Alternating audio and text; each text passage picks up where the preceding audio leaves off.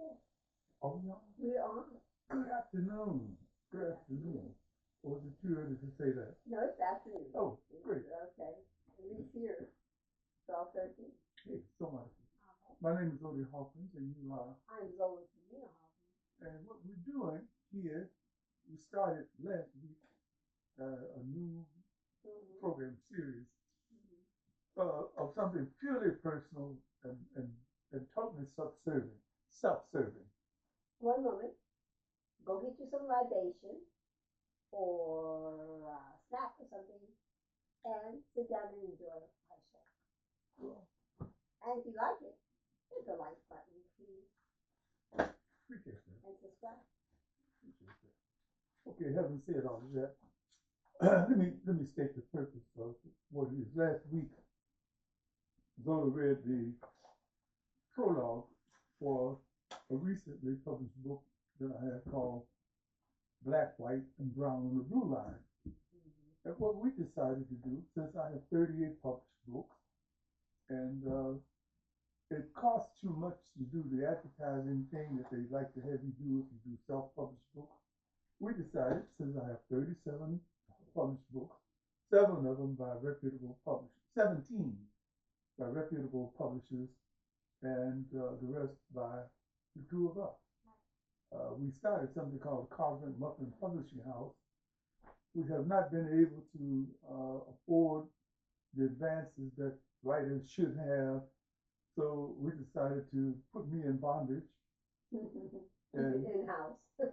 In-house bondage. Until we can afford it. Until we can afford it. And one way we can afford it eventually, hopefully sooner than eventually, is to make my output known to people who might be willing to buy enough books to give us enough funds to get Cosmic Muffin Publishing House up and going.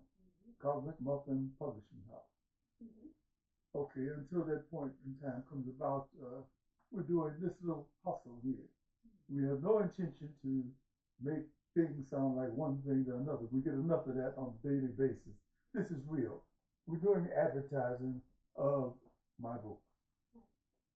Okay, Zola last week read the prologue from this latest book. Since I'm advertising, the latest book is called Black, White, and Brown on the Blue Line. Yes, it is. Let me see if I can zoom in a little bit. I'm not sure. Let's see if we try zooming it a little bit. Do it. I'm not going to do this very often, but I'll do it often enough to have whoever's watching understand that, hey, this guy's trying to sell a book. Maybe if he's that crass and that bold enough, if they are that bold enough, I'm just joking almost, then maybe I ought to pick up one of his books. You know, you can do it by way of Amazon. Amazon, or just Google Odie Hawkins and select the book that you would like. Or, there's several that are on ebooks, as well as a couple that are hard copy, and most of them are paperback. But, or you can go to your local bookstore and tell them you like to purchase an Odie Hawkins book, and they can order it from the store. Right. Simple as that. Mm-hmm. Okay. In brief. Okay, go ahead. Sure. In brief, the book, this particular book, Black, White, and Brown on the Blue Line, is a series of vignettes that take place on the Blue Line. I think the Blue Line was established in 2020, something like that, 2015. Anyway, as Long Beach residents, oh, by the way, they changed, I think they changed the name to the A Train, but. Oh, they copied New York. Right, but it's initially the Blue Line. Okay, initially it was the Blue Line, and the trip was from, really, the trip was from was downtown Long Beach to downtown Los Angeles, from 7th downtown here to 7th Street downtown. And it was quite an experience early on. First of all, the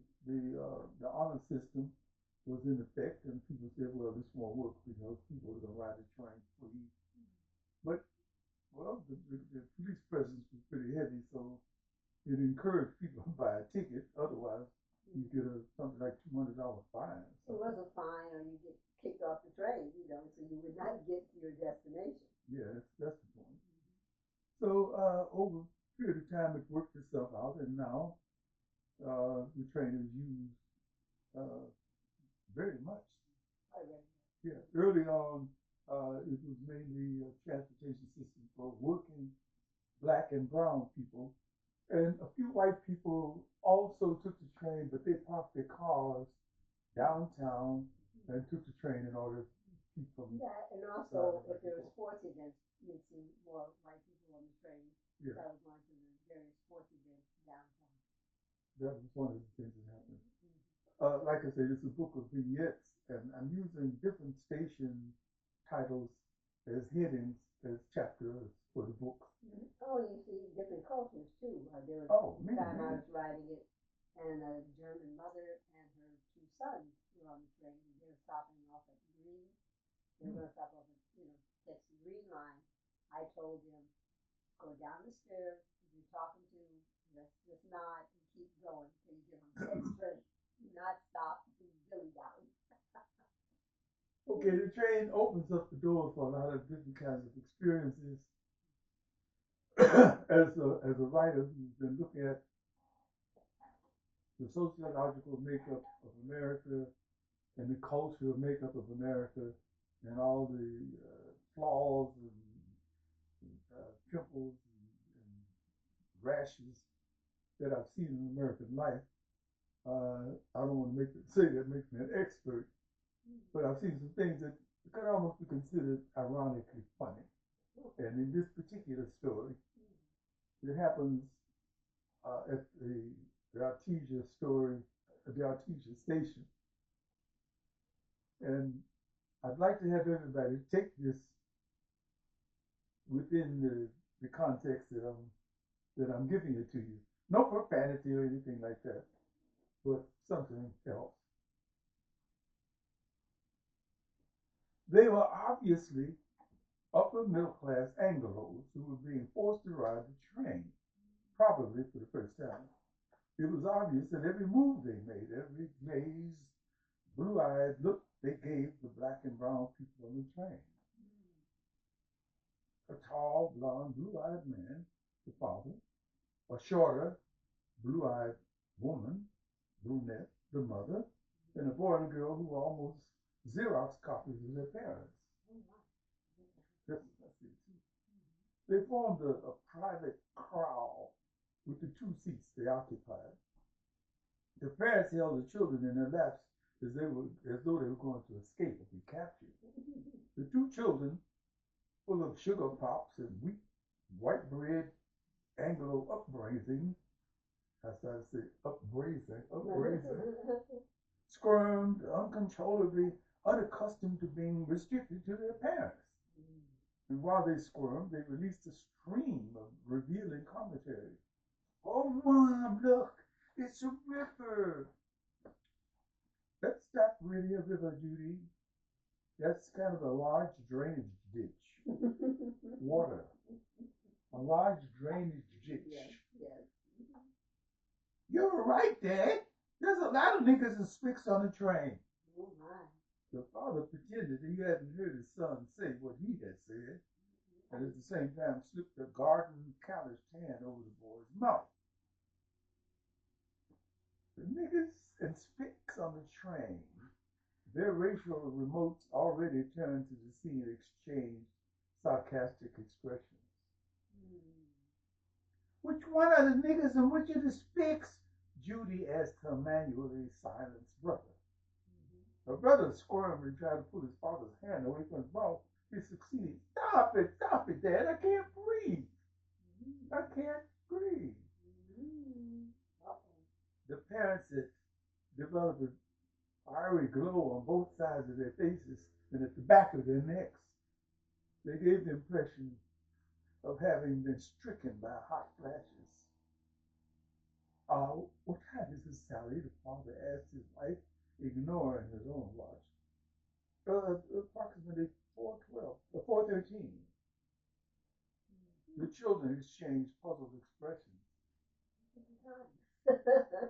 They were not sure what to make of their parents' behavior. Look, Judy, Bud, look down there. You can see cars on the freeway. Their voices had a nervous metallic edge, a bit too loud. The other people on the train, those who were within hearing range, paid close attention. A young white woman who had been pretending to read a book, was now pretending to take a nap. Convenient. Can you see it? Yes, of course. Oh, God. Mommy, which ones are the gangbangers? The sheer velocity of the children's questions ruled out the possibility of stifling them. The reddish glow on the parents' cheeks spread to their suddenly moist foreheads. How long is it going to take us to get to the metro transfer point, for God's sake? Yeah, Dick, where are the gangbangers? And now we're at the Imperial Station, where all of the baggiest pants, the most bizarre hairstyles, and the creme de la creme of gangster rap, hip hop fashion piles on, complete with a style of talking that was once considered low, even in the low places. The two teenage brothers, one cue ball, the other braided, carried on the conversation that they had started on the station platform. So, hey, I told her she could suck my, you know what I mean? You should kick that ass. The middle-aged African-American woman, with a look of intense sadness, leaned her gray head against the window. Awesome. The white couple and their children stared at the mouths of the two young men talking, shocked, speechless. I did kick up ass, but that was last week. This was about, you know what I'm saying? You know what I mean? An older African American man with hard lines in his face and tobacco stains on his teeth leaned across the aisle and spoke to the white couple in a firm baritone. These are not niggers, spicks, or gangbangers. These are our children. The gray-haired sister turned in the direction of his voice and nodded in agreement. Yeah.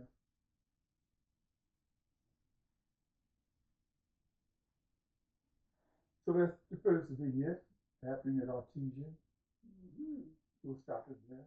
Okay, I appreciate that. I'll get my book next time. And you get your book next time to read along with us. Hey, how's that? That was Okay. okay. Watch out for your intonations and stuff like that. Yes. YouTube reading club with Odie and Zola. All right. I like that. I like that. As you can see, we're inventing ourselves as we go along, and we intend to have a lot of fun with this. And at the same time, say some serious things. You know, we have no deliberate intentions of making anybody feel put upon or antagonized, but we intend at the same time to tell the truth as we see it.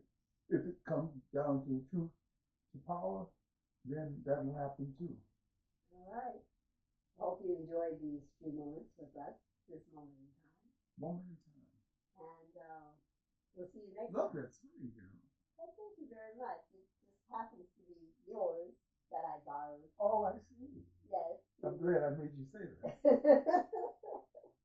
Okay, look, it's Tuesday afternoon. We usually do our program on Mondays, but sometimes Mondays become so hectic that we have to, delay a day. But we try not to do it, delay it any farther than Tuesdays in most cases. Right, and I try to post it by Tuesday.